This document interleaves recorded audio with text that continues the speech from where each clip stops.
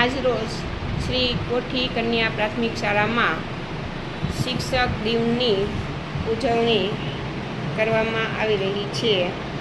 અમારા આ ભાવિ શિક્ષકો અને એની સાથે આચાર્ય મેડમ શ્રી.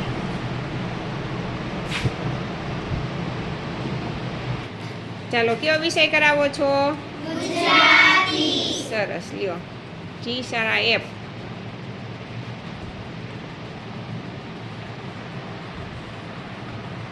આજે આપણે ગુજરાતીમાં પાઠ 9 નમો મોં છૂટ્યો એ પાઠ વિશે આજે ભણીશું. પોતાનું નામ સાંભળે અને હંમેશા ભીખુ બાપ મનમાં મૂંઝાય એની કોઈ જ એનું આવું નામ શું જોઈ પાડ્યું હશે, એટલે કે ભીખુ મનમાં મૂંઝાય એને એમ થયું કે આવું નામ કેમ પાડ્યું હશે. ખરાબ નામ પાપક એવું કે કોઈનું નામ હોવું હશે. માણસના નામ કેવા સુંદર હોય છે, સુંદર, ઓછો, આનંદ, નંદ, છનકેવા નામ. આ તો પાપ એ કોઈ નામ છે.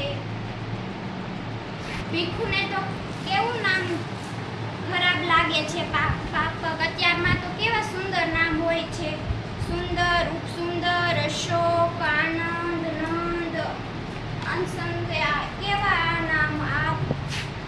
સરસ, વેરી ગુડ.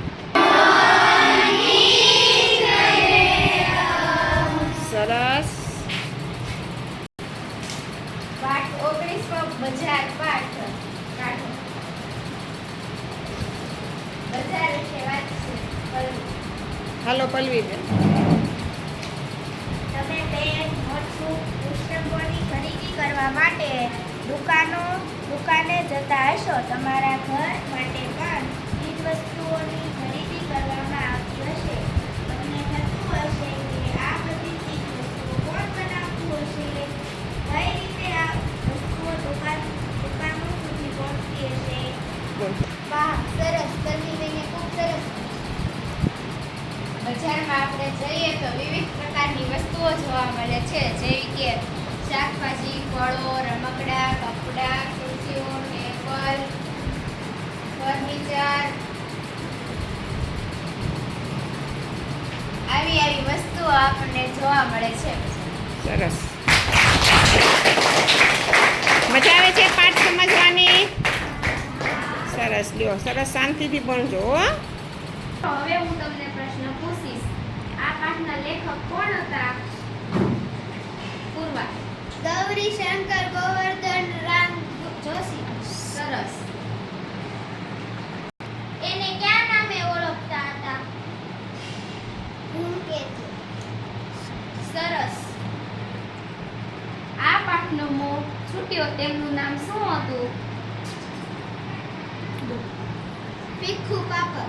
સરસ.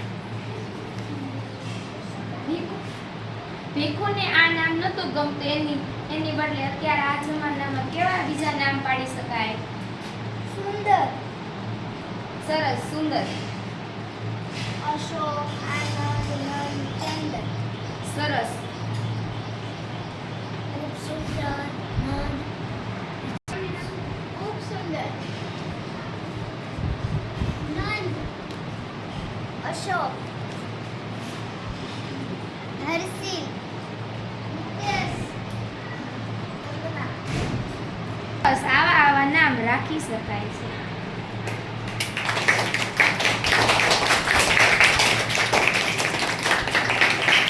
બજારના કેટલા પ્રકાર છે અને કયા કયા? બજારના બે પ્રકાર છે, નિયંત્રિત બજાર અને ઓનલાઈન બજાર. સાચું, નિયંત્રિત બજાર અને ઓનલાઈન બજાર. સાપ્તાહિક બજાર એટલે શું? સાપ્તાહિક બજાર એટલે એક અઠવાડિયા સુધી ચાલતું બજાર. સાપ્તાહિક બજાર એટલે એક અઠવાડિયા સુધી ચાલતું બજાર. સાચું. ગ્રાહકોના કયા કયા અધિકાર છે? ગ્રાહકોના 6 અધિકારો છે. સલામતીનો અધિકાર, પસંદગીનો અધિકાર, માહિતીનો અધિકાર, રજૂઆત કરવાનો અધિકાર વગેરે. સાચું. ચાલો બધા એક એક અધિકારના નામ બોલો.